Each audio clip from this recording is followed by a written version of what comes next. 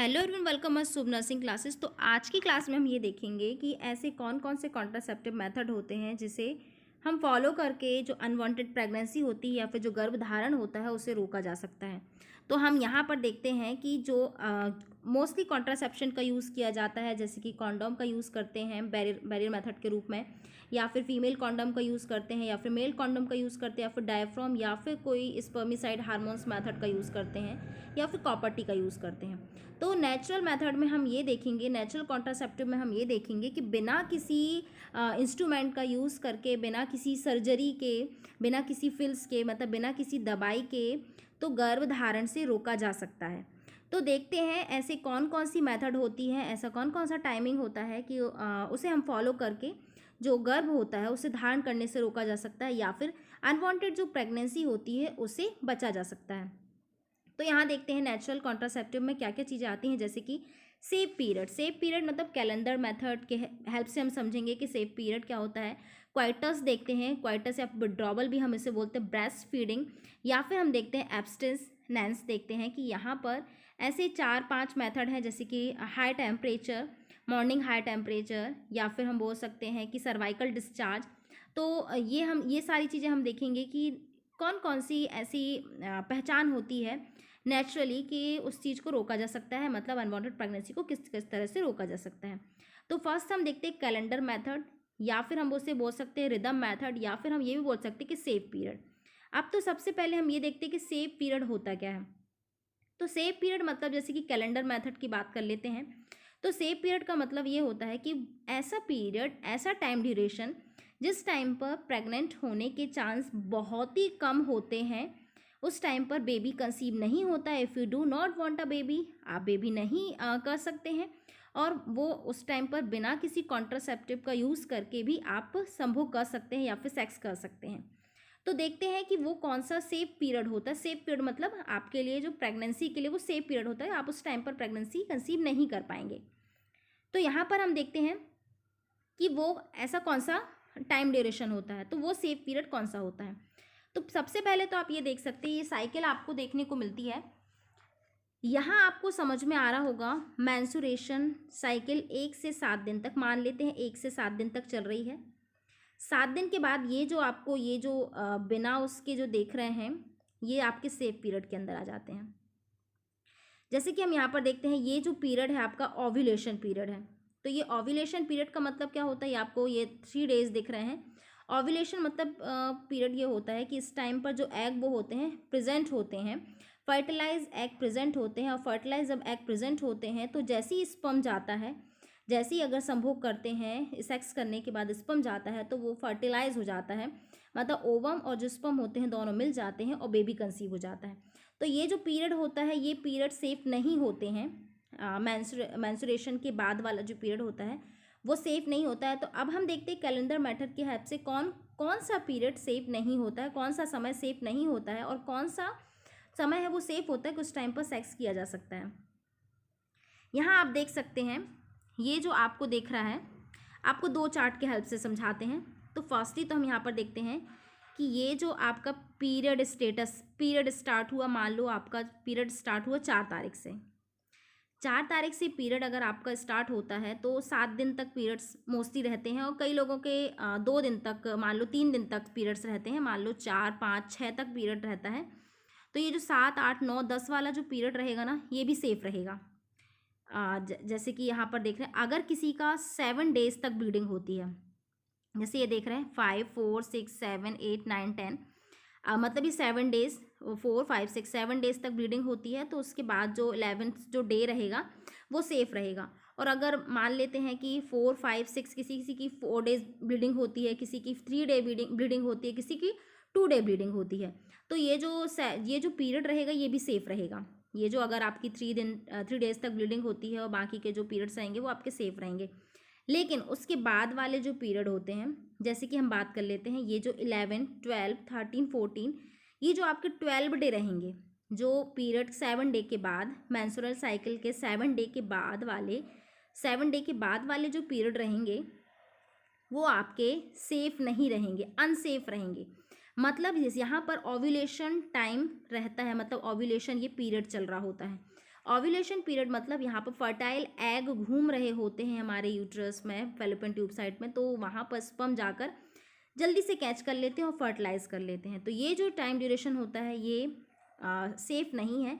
उसके बाद जो हमारे लास्ट जो हमारे 12 जो हमने यहाँ पे देखते हैं कितने डेज हैं, 1 2 3 4 5 6 7 8 9 10 11 12, ये 12 डेज। तो इसके बाद वाला जो पीरियड रहेगा वो सेफ रहेगा। तो इस तरह से हमने देखा कि जब तक कि पीरियड नहीं आ जाता तब तक का वो वाला पीरियड आपका सेफ रहेगा। इस टाइम पर आपके बेबी कंसीव नहीं होगा। तो ये अनसेफ वाला जो पीरियड है वो आपके ये 12 डेज हैं। तो ये आपका ये जो डेज बताए गए हैं, जो 12 डेज बताए गए हैं, मतलब ये अनुमानित नहीं है, क्योंकि देखिए ओव्यूलेशन पीरियड सबसे ज़्यादा कब होता है, सबसे ज़्यादा जो समय होता है, मान लो ये हम देख लेते हैं, ये जो आपका 16 17 18, क्योंकि उसके बाद वाला जो पीरियड रहेगा 3 डेज़ का ओव्यूलेशन का पीरियड, इसके बीच वाला जो पीरियड रहेगा वो बहुत ज़्यादा अनसेफ होता है। लेकिन हम उसको सेफ्टी को रखते हुए उसके पहले और उसके बाद वाले पीरियड्स को भी इंक्लूड कर लेते हैं, क्योंकि अगर हम मान लो ओनली 3 डेज़ को, क्योंकि 3 डेज़ में 100% चांस है कि 3 डेज़ में ओव्यूलेशन मतलब बहुत ही अच्छे से हो जाता है, बेबी कंसीव प्रॉपरली हो जाता है। लेकिन अदर में जो होता है उसमें चांसेस रहते हैं। तो इसलिए हम जो पहले वाले जो हमारे स्टार्टिंग और लास्ट डेट दोनों को ही हम अनसेफ पीरियड मानेंगे, क्योंकि यहाँ पर कंसीव हो सकती है, प्रेगनेंसी कंसीव हो सकती है। अब नेक्स्ट देखिए, यहाँ तो हमने 4 डे को पीरियड लिया था, डेट मतलब 4 तारीख ली थी। इस कैलेंडर के हेल्प से हम 1 तारीख को ले रहे हैं, ये 1 तारीख है। 1 से लेकर अगर 7 डे तक आपको मेंस्ट्रुअल साइकिल चल रहा है तो 7 डे तक, अगर 3 डेज तक चल रहा है, 4 डेज तक, तो ये आपके सेफ रहेंगे। ये जो जब पीरियड स्टार्ट होने से 7 डे तक का जो पीरियड रहेगा वो सेफ रहेगा। लेकिन जो 7 डे के जो बाद वाला डेज रहेगा, जैसे यहाँ पर हमने देखा 7 डे के बाद वाला कौन सी डेट थी, 11 डेट थी, लेकिन हम यहाँ 1 तारीख से देख रहे हैं, और यहाँ पर हमने 4 डेट का देखा था, यहाँ पर हमने 1 डेट का देख रहे हैं। तो यहाँ पर देख रहे हैं कि जो 7 डे के बाद वाला जो पीरियड रहेगा वो देखते हैं 1 2 3 4 5 6 7 8 9 10 11 12, ये जो 12 डेज रहेंगे ये अनसेफ रहेंगे। मतलब यहाँ पर अगर इस टाइम पर अगर सेक्स किया जाता है तो प्रेगनेंसी कंसीव हो सकती है। तो ये जो हमारे 20 के बाद जब तक हमारा पीरियड नहीं आ जाता है, जैसे कि 28, क्योंकि 28 दिन में कंसीव हो जाती है, 28 दिन में सेकंड पीरियड आ जाते हैं। तो ये जब तक हमारा पीरियड नहीं आ रहा है, जब तक ये जो होगा मतलब यहाँ पर सेफ रहेगा, यहाँ पर सेक्स बिना किसी कॉन्ट्रासेप्शन के सेक्स किया जा सकता है, यहाँ पर किसी भी तरह की प्रेगनेंसी कंसीव नहीं होगी। तो ये था कैलेंडर मेथड। तो कैलेंडर मेथड को आपको बहुत ध्यान से देखना है।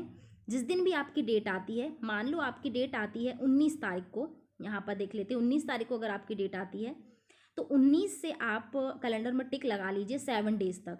7 डेज तक, 7 डे के बाद से लेकर आप 12 डे, मतलब मान लो आपकी 19 को प्रेगनेंसी आई है, 19 को आपका पीरियड आया है, तो 19 20 21 22 23 24 25, 25 आपका 7th डे रहेगा।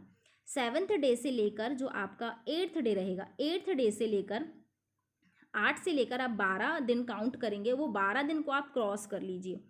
वो 12 दिन को क्रॉस करने के बाद आपको ये रहेगा कि ये आपके सेफ पीरियड नहीं है। तो इस टाइम पर या तो आप विड्रॉ करें, या फिर बोल सकते हैं कि किसी कॉन्ट्रासेप्शन का यूज़ कर सकते हैं, या फिर उतने समय को जो सेक्स होता है उसको अवॉइड कर सकते हैं। लेकिन बाकी के जो पीरियड्स रहते हैं वो कितने रहेंगे, वो सेफ रहेंगे।